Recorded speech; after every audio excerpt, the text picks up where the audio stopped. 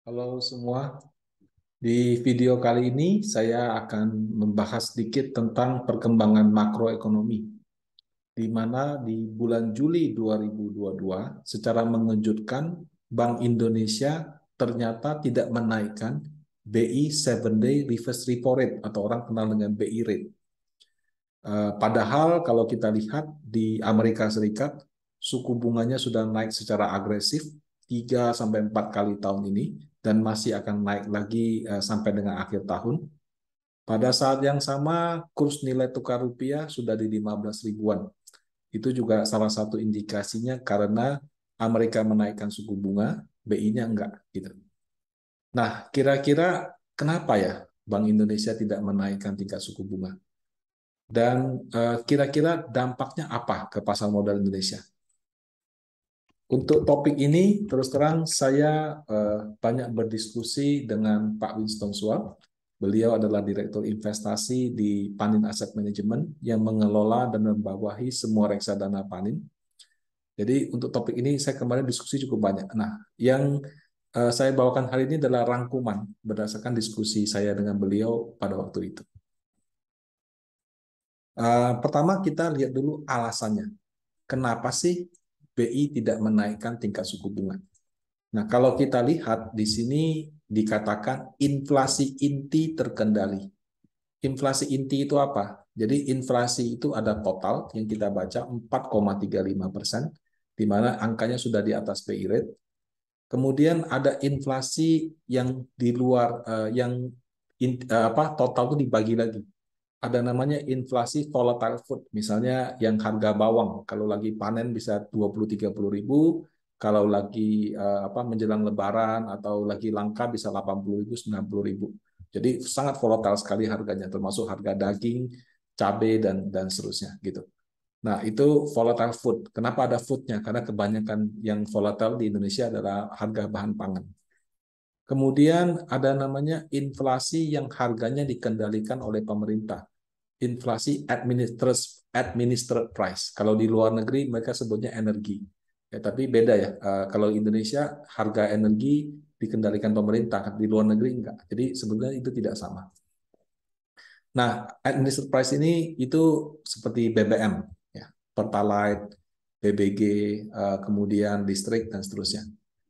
Nah, di luar dua jenis itu yang ketiga adalah inflasi inti. Jadi yang bukan termasuk volatile food dan juga bukan yang dikendalikan pemerintah. Buat Bank Indonesia, target mengendalikan inflasi itu sebenarnya lebih ke inflasi inti. Kenapa? Karena nothing Bank Indonesia bisa lakukan, nothing he can do ya. Kalau misalkan harga listrik naik, kita naikkan suku bunga, nggak akan ada efeknya. Kenapa? Karena suku bunga yang lebih tinggi itu tidak membuat konsumsi listrik berkurang gitu. Ya, jadi dia hanya fokus pada inflasi inti. Berdasarkan berita ini ya di bagian bawah ini, inflasi inti per Juni adalah 2,63%, masih jauh di bawah total inflasi yang 4,35. Nah, inilah alasan Bank Indonesia tidak menaikkan tingkat suku bunga. Apakah sesuai teori? Sebenarnya sesuai sih. Cuman penggunaan inflasi itu memang kadang-kadang bisa bisa berubah. Ada waktu-waktu dipakai total inflasi, ada juga waktu-waktu dipakai inflasi inti. Tapi memang yang jadi perhatian itu adalah inflasi inti. Nah, yang jadi pertanyaan juga ya, mungkin jadi diskusi ya. Oke, inflasi satu hal ya. Bukannya rupiah sudah 15 ribu ya. Kalau nggak naikin suku bunga 16 ribu bagaimana? Ya, itu terus terang menjadi kekhawatiran banyak pihak. Ada pendapat ya yang mengatakan bahwa Bank Indonesia itu sepertinya ya sedang bertaruh betting gitu pada timing, dan dia punya keyakinan yang kuat akan inflasi US akan turun setelah bulan Juni ini. Uh, ini berarti dua poin ya, timing dan inflasi. Maksudnya timing itu gimana? Jadi Bank Sentral Amerika Serikat itu akan rapat tanggal 26 sampai 27 Juli. Kalau di Indonesia berarti keluar beritanya sekitar 28 karena kita jeda satu hari ya. Nah, mereka akan menaikkan tingkat suku bunga mungkin 75, mungkin 100. Kalau berdasarkan perkembangannya ada sih kelihatannya sih 75. Tapi ya let's see gitu ya. Nah, Agustus mereka tidak ada rapat, baru ada rapat September. Yang saya tidak tahu kenapa mereka Agustus itu jeda. Apakah karena liburan atau apa gitu ya. Jadi Juli, habis itu Agustus, jedanya 1 bulan. Nah, kalau ya, misalkan ya, di 21 Juli kita naikkan 25, seminggu kemudian Amerika naikkan 75, maka 25 itu kayak nggak ada artinya gitu. Ya, ya kita naiknya cuma 25, mereka naiknya 75. Kan kurang gitu ya. Nah, jadi akan lebih baik, toh inflasi Indonesia masih terkendali kok, intinya masih jauh di bawah BI rate gitu ya. Tunggu aja dia naikin dulu, baru kita adjust di bulan Agustus. Kenapa? Karena di bulan Agustus BI masih ada pertemuan. Kalau kita setiap bulan nggak ada liburnya. Kalau sana masih ada libur gitu. Nah, jadi ada kemungkinan kita baru naikkan di bulan Agustus. In case kalau dia naik 75, situasi jadi kurang baik dan kita bisa bisa menyesuaikan setelahnya. Dan kalau memang masih situasinya parah, ya September bisa naikin lagi 25, misalkan seperti itu. Ya, jadi dari sisi timing. Karena kalau kita mendahului Bank Sentral Amerika, bisa saja yang kita lakukan itu tahu-tahu udah ketutup gitu aja. Karena punya mereka kenaikannya lebih tinggi. Yang jadi pertanyaan, apakah tidak terlambat ya? Tahu-tahu kurs kita sudah kemana-mana gitu kan? Nah, itu yang tadi poin kedua, bahwa ada keyakinan yang cukup tinggi bahwa inflasi US akan turun. Kenapa? Pertama kita lihat harga minyak. Penyebab tingginya inflasi di seluruh dunia adalah harga minyak. Kalau harga minyak tinggi, mau nggak mau itu akan pengaruh ke seluruh dunia. Itu pertama akan ada kenaikan biaya transportasi. Kemudian kalau ini kan juga berpengaruh ke gas ya. Jadi tarif listrik atau apa juga bisa mahal gitu. Nah, di Indonesia memang kita masih pakai Pertalite dengan harga subsidi. Tapi kan ada barang-barang yang kita impor, di mana barang-barang impor kita juga akan terpengaruh dengan biaya transportasi. Nah, yang paling gampang kelihatan tuh ya tiket pesawat dengan harga minyak tinggi, harga tiket pesawat gila-gilaan sekali. Jadi harga tiket pesawat sekarang mungkin 2 kali lipat dibandingkan harga sebelum pandemi seperti itu. Saking tingginya biaya operasional pesawat gitu. Nah, sekarang harga minyak di Amerika sudah turun ya dan berkali-kali mencoba level di bawah 100. Kalau saya baca apa namanya? Saya baca berita Bloomberg hari Sabtu tanggal 23 Juli itu harga bensin di Amerika Serikat itu sudah menurun 38 hari berturut-turut sejak bulan Juni sampai Juli ini. Nah, jadi ada mungkin semacam keyakinan ya, kalau harga minyaknya turun terus ya itu bisa jadi berita bagus untuk inflasi. Jadi inflasi Amerika di bulan Juli yang dibacakan Agustus nanti bisa aja di luar dugaan banyak pihak turun dalam gitu. Nah, itu ada taruhan seperti itu. Nah, kemudian apakah hanya harga minyak? Nah, yang jadi kekhawatiran kan juga Eropa katanya mau kiamat gara-gara mereka berpihak sama Ukraina, mengembargo Rusia, akhirnya Rusianya juga ngambek dia nggak mau kirimkan gas. Nah, kalau dia nggak kirimkan gas, Jerman akan bermasalah. Kenapa? Karena 40% dari listrik sana tergantung sama sama gasnya Rusia. Nah, akibatnya mereka membabi buta mencari batu bara, mencari minyak, mencari gas ke seluruh dunia. Itu yang bikin harga batu bara tinggi. Nah, intinya kan Rusia nggak mau kirim gas. Itu gas dikirim lewat pipa Nord Stream. Nah, pipa Nord Stream ini ternyata dikirimkan lagi sudah beroperasi. Tadinya kan diancam mau ditutup gitu. Ternyata berjalan seperti biasa. Nah, untuk jadi kiamat di Eropa ini bisa bisa dihindari. Kadang-kadang ya media itu juga ini sih agak berlebihan sih, kiamat atau apalah itu buat investornya jadi lebih lebih terpengaruh. Kalau menurut saya ya dalam membaca berita kita harus bisa lebih lebih netral lah ya. Kadang-kadang memang judul-judul itu agak apa dibuat sangat menarik perhatian sehingga kita menjadi lebih tertarik untuk membaca. Nah, kemudian gandum ya. Kan Pak Jokowi kemarin berkunjung ke Rusia menemui Pak Putin gitu kan. There's nothing we can do about the wars ya. Itu kan urusan dua negara. Tapi Pak Jokowi minta tolong kalau bisa ya damai ya selesai gitu. Kalau nggak bisa damai, paling tidak tolong dong gandumnya jangan ditahan gitu. Kenapa? Karena kalau ditahan terus negara-negara lain kelaparan. Kita punya Indomie nggak ada bahan baku gitu. Nah, jadi saya nggak tahu apakah memang Pak Jokowi berhasil meyakinkan Pak Putin atau pada saat di sana dia sudah dapat bocoran gitu ya. Eh, Tidak lama setelah itu perjanjian untuk mengekspor dibuka kembali. Jadi kalau saya baca di berita Guardian ini hari Jumat yang lalu ya itu sudah dibuka. Jadi eh, apa gandum-gandumnya yang kemarin tertahan yang nggak bisa dikeluarkan sekarang sudah boleh dikeluarkan. Pada saat yang sama, China juga lagi agak slow, gara-gara mereka melakukan lockdown yang sangat ketat, akibatnya permintaan turun.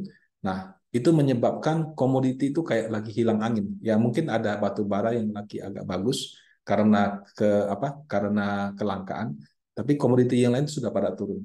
Nah, ini menambah keyakinan bahwa inflasi itu bisa berkurang di bulan Juli, September, Agustus, September, dan seterusnya. Nah, apakah pertaruhan timing sama keyakinan BI terhadap momentum inflasi yang turun ini bisa membuktikan hasilnya positif. To be honest, tidak ada yang tahu. Ya. Sejak BI rate diputuskan tetap 2 hari berturut-turut IHSG naik. Rupiah masih di 15 ribuan. Mungkin pelaku pasar juga masih mencerna gitu ya. Nah, cuma harga obligasi nih yang sejak beberapa hari terakhir turun cukup dalam. Padahal Bank Indonesia kan nggak jadi naikkan suku bunga, jadi akan ada yang agak miss di situ. Nah, kalau dari diskusi saya dengan teman-teman, ada juga yang ngasih info ke saya via DM IG, oh katanya pemerintah lagi buang obligasinya di market gitu. Saya nggak tahu ya. Saya coba cari datanya, tapi belum menemukan kesimpulan yang terlalu clear. Tapi katanya sih memang pemerintah sedang mengurangi posisinya. Ya kita lihat saja sih. Nah, saat ini yield obligasi ya per 21 Juli sudah mendekati 7,5%. Pada awal Juli 7,2. 7,2 ke 7,5 itu beberapa seri obligasi ada yang turun 1, ada yang turun 2, bahkan ada yang turun 3% dalam kurun waktu 1 bulan. Kalau sudah turunnya 1, 2, 3% di obligasi pemerintah, itu kayak kamu pegang saham turunnya 3, 4, 5% Bapak Ibu. Jadi koreksi di harga obligasi cukup dalam, padahal bunga nggak jadi naik. Jadi kalau teori orang bilang suku bunga naik, harga obligasi turun, kenyataannya harga obligasi kita sudah turun, walaupun suku bunganya masih tetap aja gitu. Nah, jadi teori satu hal ya, kadang-kadang dalam praktek bukan suku bunga akan naik atau turun, ekspektasi suku bunga yang lebih bermain seperti itu. Kemudian ada juga faktor-faktor yang di luar suku bunga. Nah, dengan yield mendekati 7,5% ini, menurut saya ini kesempatan emas untuk masuk ke reksadana fixed income dengan holding period 1 sampai 3 tahun. Ya. Jadi kalau masuk hari ini ya jangan expect besok langsung untung, tapi menurut saya masih bisa pegang 1 sampai 3 tahun lagi gitu. Nah, dan bebas Bapak Ibu, mau beli yang corporate-nya lebih dominan sehingga harganya stabil seperti Berkala atau Utama, atau mungkin Anda melihat momentum kalau nanti sudah membaik harga obligasi pemerintah bisa rebound tinggi, bisa pilih GBR atau PDUB2. Ya, kalau di Panin Aset itu 4 produk fixed income. Nah, apa yang kira-kira diperhatikan? Bisa nggak harga minyak itu di bawah 100? Harga minyak yang happy untuk produser dan konsumen itu mungkin antara 60 sampai 80. Kalau di atas 80, konsumennya masih teriak, produsennya ya itu untung tapi juga ngapain ya? Dia untung banyak, konsumennya juga rugi kan lama-lama juga nggak positif juga. Jadi mungkin kita ngomong 70-80 itu the best price lah untuk dua pihak. Lebih dari itu konsumennya teriak, kurang dari itu produsennya rugi gitu. Nah, kalau bisa terus di bawah 100, maka inflasi akan positif. Maksudnya bisa menurun. Laporan keuangan kuartal 2 itu akan keluar mungkin awal Agustus sampai dengan September, Oktober ini. Perkiraan saya akan sangat baik. Kenapa? Karena PSBB kita dilonggarkan di kuartal 2 ini. Waktu Pak Jokowi bilang, oke, kalau di luar, di outdoor nggak usah pakai masker. Waduh, saya senangnya luar biasa. Kemudian naik pesawat kalau sudah booster atau vaksin kedua nggak perlu lagi antigen PCR. Waduh, itu langsung perjalanan meledak Bapak Ibu. Sekarang di Bali sudah mulai ramai dan lain-lain. Jadi dengan memanfaatkan momentum pemulihan ekonomi, laporan keuangan Q2 itu supposed to be ya akan jauh lebih baik. Dan pada periode ini kan juga harga komoditas masih tinggi. Ya, jadi kita akan melihat akan ada laporan keuangan yang sangat bagus. Nah, kalau seperti ini, Bapak Ibu, kalaupun ada penurunan saham, menurut saya reboundnya bisa cepat. Eh, untuk itu sebenarnya dengan IHSG di bawah 7.000 di 2022 ini juga momentum yang sangat baik untuk masuk ke reksadana saham. Bebas boleh masuk reksadana yang pasif seperti ADX30 atau Panin Betawan, juga boleh masuk yang aktif ya, mulai dari Maxima Ultima yang tahun ini luar biasa bagus karena trennya kembali ke value investing, atau mungkin boleh ke yang temanya mungkin fund manajernya sedikit lebih aktif seperti Teladan, Prima, Syariah Saham, dan juga infrastruktur. Yang dimana mereka coba untuk aktif pindah-pindah sektor, ya kadang-kadang mereka bagus, kadang-kadang pas kalau lagi ke arah value ya Maxima Ultima yang bagus gitu. Nah, kalau Anda kurang nyaman dengan reksadana saham, bisa coba ke reksadana campuran. Itu seperti saham, cuma ada obligasinya, sehingga tidak terlalu volatile. Nah, kalau kurs bagaimana? Kalau kurs memang yang jadi perhatian. Bisa nggak BI bermain di kebijakannya dan intervensinya, sehingga kurs kita stabil di 14.5 sampai 14.9. Ini memang harus kita lihat sih. Ini memang tergantung. Ya. Dengan inflasi yang menurun, ya mudah-mudahan itu bisa terjadi. Nah, resikonya ada nggak? Ya, tentu ada. Dalam investasi sudah pasti ada resiko. Kinerja masa lalu juga tidak jaminan kinerja masa mendatang. Yang bisa menjadi resiko kalau kursnya liar, 15.500 sampai 16.000. Kemudian inflasi US ternyata prediksinya salah lagi. Juli ternyata masih naik, Agustus masih naik. Nah, jadi itu beberapa situasi yang mungkin akan menyebabkan hasil investasi masih akan volatile. Ya, tapi mudah-mudahan sih kalau untuk inflasi ya, uh, besar kemungkinan Juni sudah maksimal. Ya, Juli mudah-mudahan sudah tren turun. Kalau kurs yang memang agak tricky, ya, kita mesti lihat kemampuan BI menjaga kurs nilai tukar di Indonesia. Nah, sebagai investor, tentu kalau dalam situasi seperti ini, menurut saya stay invest, kemudian penurunan dipakai untuk masuk supaya kita bisa dapat harga yang murah, dan yang terakhir kita perlu diversifikasi supaya dalam segala situasi, kalau misalnya ada yang turun, masih ada porsi yang naik. Nah, demikian dari saya. Semoga bermanfaat. Semoga Bapak Ibu dalam kondisi yang sehat selalu. Terima kasih banyak.